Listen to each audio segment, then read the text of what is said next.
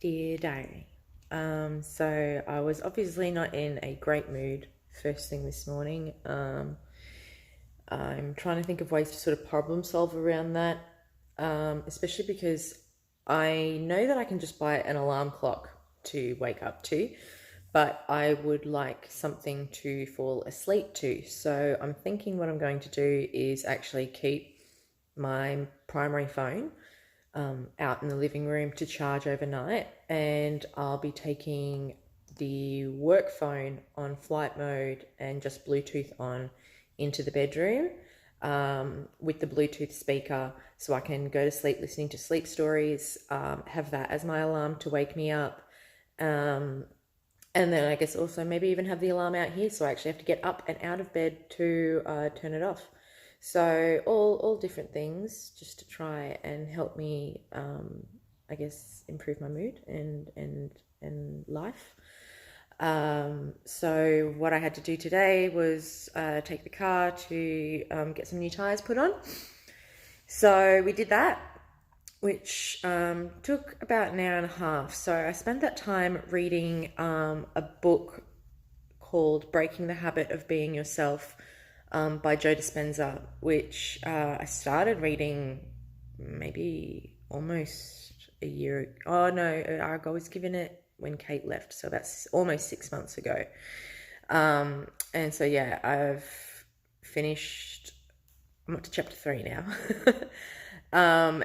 There's a lot to cover. It's really interesting though. It's sort of aligning. You hear a bunch of like sort of new age sort of chat about, you've got to manifest and believe and put out to the universe what you want, and it will come back to you.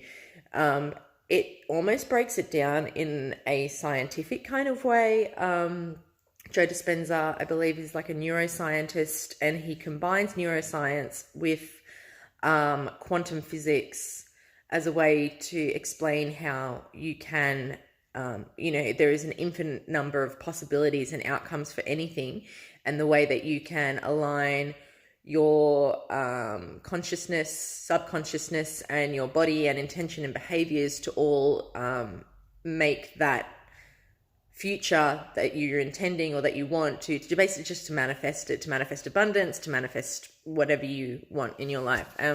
So that's been quite inspiring. So I read that for about an hour, and then I didn't know how much longer the car was going to go. So I was like, oh, do I meditate now? I'd really like to meditate now, but I didn't want to be interrupted with headphones in and create an awkward situation. So I went and started listening to some of those motivational speeches on that Spotify album that I mentioned.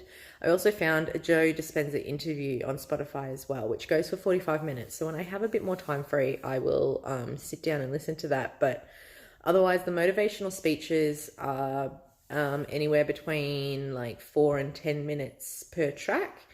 And it'll talk about a theme, like 5 things that are keeping you from, your fullest potential, or 5 things you need to let go of, or and things like that. So, I mean, all sticking with the same theme of self-help and everything that I've been engaging in professional services rise. So, yeah, I guess at the moment I'm feeling energized and excited and motivated and inspired and all of these really, really awesome things. And I guess it's highlighted some areas where I've been going wrong, where I've been having sort of like the mental intention of, say, getting through a day without using, but having like doubt in my body that I will get through it. So just some things like that I need to work on and tweak. So yeah, that's a great thing that has come out of today, and I'm really excited and grateful, I guess, that I decided to do those activities while killing some time. It was definitely a bit of self-care, especially if at the other side of it, this is how I feel. I don't feel bad, I feel good. And then I left there, went straight to the village to pick up some more stockings, because the ones that I bought the other night tore straight away. So they are now my rehearsal stockings, and then I'll have performance stockings, and I had to pick up some pairs for some other girls as well. So that gave me something to do. And the cost of the car stuff wasn't as much as I estimated for mum, so I was able to send her a little bit of money back. So I hope that she's happy for that. One thing that I do need to work on is my relationship with my environment and my external world. I need to not let it affect me so much. And I know I've been saying that for some time, but I guess I'm just becoming increasingly aware of how much my external world really affects me. Because even though I've, obviously I'm feeling this way, I still am I feel amazing and buzzed and excited, and I just want to go. I'm really keen to get on board with all of this, and I guess concurrently, like at the same time, I'm also having this really dark conversation with my mother, because I've had to ask her for money for the car and things like that. It did cause a bit of stress that I was feeling this morning. What I did was I actually filmed a separate video before I did my morning check-in, talking about my finances and where I've spent money this week for my mum's sake, so that she knows that even if it seems like I'm always calling up and asking for money, it's not intentionally like that. I am really doing everything that I can to be mindful of my expenses, to manage my expenses, to the point where, I don't know, like everyone knows I'm not eating properly because I don't have enough food in the house. I'm waiting for times where I have food. If I don't have food, at least I can afford to buy, a liter of soy milk, and I have protein shakes. So like I'm doing what I can to keep everything afloat. And that's how I've kept everything afloat for the past couple of years. I will pay bills and rent and look after Sel before me, I'll just have a coffee and smoke extra cigarettes to make the hunger go away if it fucking has to. I don't want it to be like that, but if it has to be that way, then I will. So yeah, I made a video specifically for mum to explain where my finances have gone this week. And yeah, and then, 3 hours later, when the car stuff was done, I sent through a message to let her know that the car stuff was done, how much it came to, that I'll be refunding the excess that she transferred to me, and to expect a MMS, or like a photo of the receipt, shortly, which I sent all of that through. And then all she wrote back was, oh, thanks for your explanation. I understand. Take care. It was literally just those 3 sentences. And I was just, I don't know, I guess old behavior pattern. Was really angry at her for just, I'm like, I told you yesterday, I tried calling you at work because I was feeling so sad and lonely, and I just needed to hear that I was loved. And that's when I heard that my mum was unwell and she didn't actually go to work yesterday. So then I tried calling her on her mobile. That was an inconvenient time because she was feeling so unwell. She'd just taken some medicine and gone to have a bit of a lie down to rest. And that's when I called. So of course she sounded quite irritable. And I don't know, maybe like she can't get a break. And that's fine. I said, no, I didn't realize that was the situation. I'll talk to you later, have a good rest. And I guess because I said that, I had this expectation that when mum was feeling better again, that she would give me a call, and I hadn't heard anything.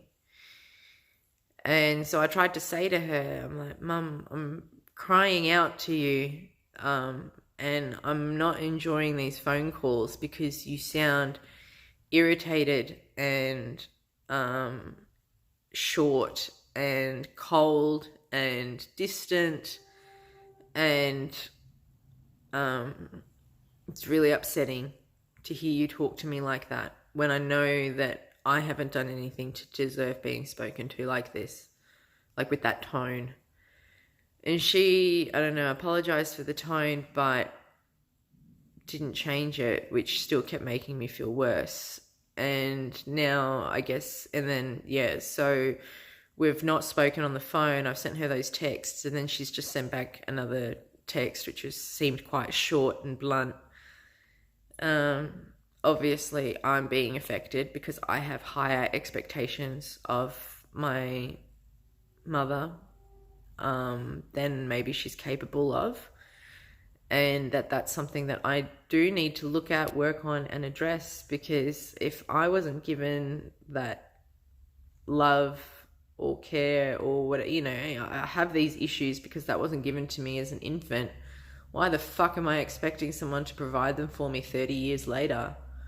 The time for that's gone. It's time for me to look after myself. But then at the same time, I've also said to my mum, I'm like, if you want to keep making me feel like a burden or a hassle or an extra stress in your life, that's not helpful. Just, I guess, reminded her that I do have access to enough medication to end my life. If I get pushed there. And I feel like everything in my environment is trying to push me that way. And I'm really stubborn and don't want to give up. I don't want to end my life. I think I have more to offer the world. So I want to stick around. I want to try and create a better life for myself. But if that comes at the cost of other people's sanity, mentality, well-being, anything like that, then of course I don't want to be that selfish. And I can just exit stage left. I think I mentioned, one person has noticed that I'm not on Facebook anymore. And this person isn't even a client or anything, but they follow my business page and notice that all of my posts in the Friendly Vegans of Ballarat group has disappeared, and reached out to see if I'm still around. So, I don't know. Maybe I need to close off from certain people and let the ones that really matter, or the ones that are willing to make the effort to let me know that I'm loved and wanted and valued and not a burden, and everything like that. I'm human, and that they love me for being me. Those are the people that I need to be seeking. So yeah, I don't know. Lots of things to reflect on, and not much time to do it because I've got to start getting ready to go to this rehearsal. But yeah, should be a good night anyway. I'm feeling really good and optimistic. No intentions to follow through with a plan. I'm feeling pretty good, like from here up. It's just my gut instinct is sort of feeling really anxious. So I guess a bit more work's needed there. I definitely need to meditate still today. So I'll get around to that eventually or soon. And yeah, I don't know, we'll keep tracking on. I'll check in later. And yeah, May, I'm really happy with what you have done today. And I hope that you can keep the momentum going. Believe in yourself. Believe it with every single part of your being. You remember how in control you felt when you came out of rehab, or even towards the end of rehab, where you were feeling some really intense emotions and you didn't want a Valium to make it go away because you knew it was going to go. You just had to ride out the storm. So you've got it in you. You can remember it and you can keep moving forward. I believe in you. I believe it in here. I can almost feel it So let's do it. Yeah. Bye.